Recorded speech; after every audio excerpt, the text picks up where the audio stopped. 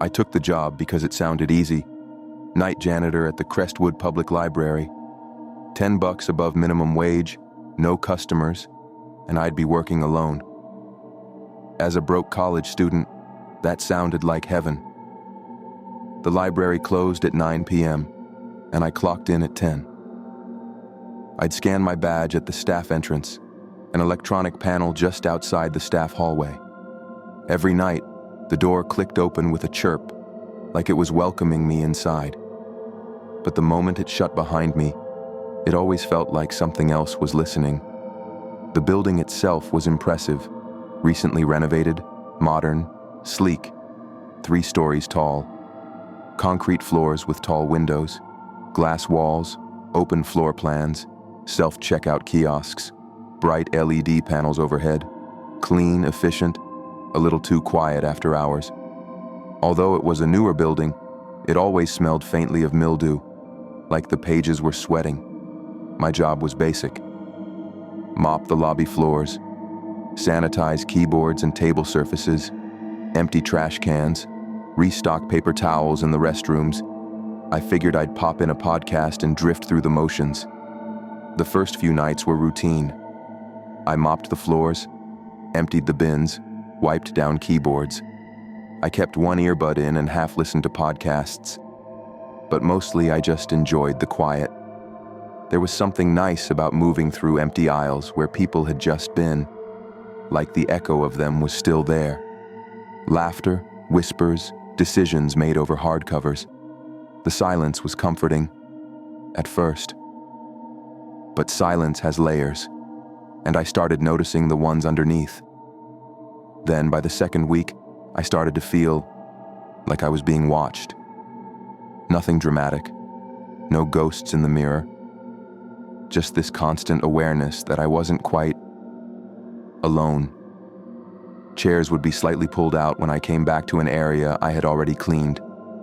Bathroom stalls I know for a fact I had already locked would creak open behind me. Computers left on when I distinctly remembered shutting them down. Elevator doors would open without ever being called. And once, I found a pencil standing perfectly upright in the center of the break room table. Little things, nothing dramatic, nothing you'd call security over, too small to report, but too strange to ignore. Just not right. The third floor was the worst. It had a completely different feel from the rest of the building.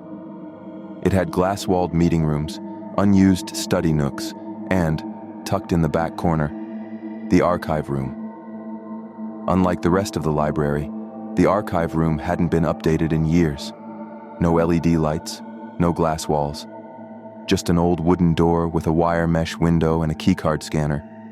I wasn't allowed in there, and I didn't want to be. The air around that hallway was colder, staler, like it belonged to a different building altogether. I ignored it for a while, until the humming started. I started finishing my shifts early, rushing through the last tasks. I told myself I was just tired, overworked. But then came the humming. It was around 1:15 in the morning when I first heard it.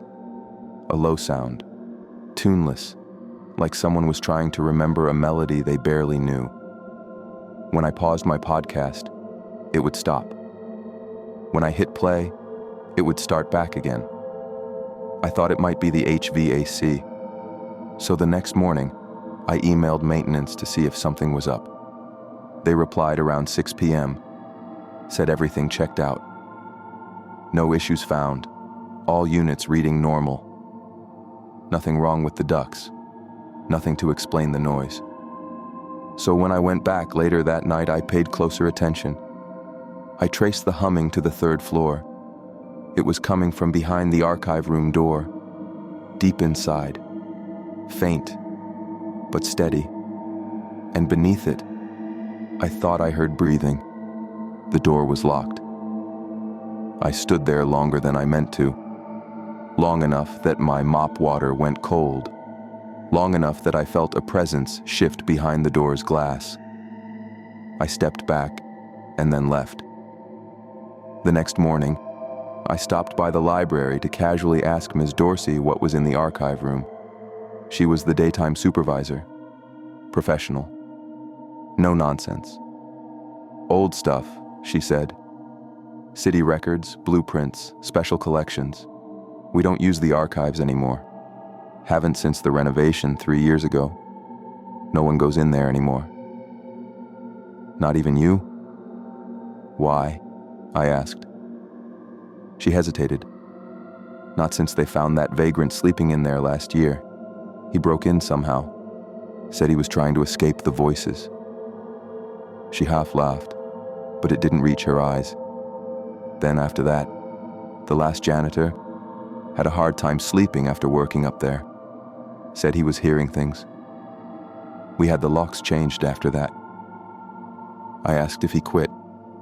She nodded once. He never even picked up his last check. I nodded, but the knot in my stomach tightened.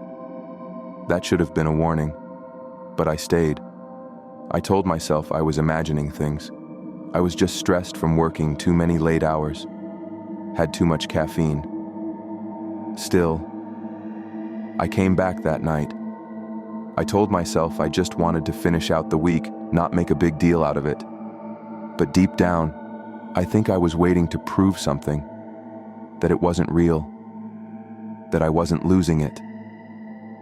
The lights in the stairwell flickered off one floor at a time, starting above me. I stood still on the second floor landing, heart racing, and then, just above my ear, barely louder than my breath, came a whisper. Downstairs. I dropped everything. Didn't even think. Ran down the last flight, out the back staff door. My cleaning cart stayed up there overnight. I went home, paced my kitchen, and typed out a resignation email. I hovered over the send button for an hour, but still didn't quit. Not yet. A part of me still needed to know. So the next night, I came back. One last shift. I brought a small mirror and placed it on the table that sat across from the archive room door. I didn't want to look directly inside anymore. Around 1:10 a.m., the humming began. Faint, shaky, rising in volume like something waking up. The mirror started to fog. A slow breath pattern appeared, like condensation from lungs that shouldn't exist. And then, across the glass, one word appeared. Outside. I left. Didn't even clock out. I turned in my resignation letter the very next day. 2 nights after my last shift, I got a voicemail from the new janitor, a guy named Omar who I'd trained before leaving. "Hey man," he said, his voice low and shaky. "You ever hear anything weird on the 3rd floor? Like, singing?"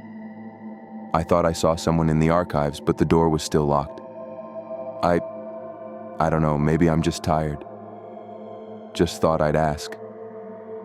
I deleted the voicemail and blocked his number.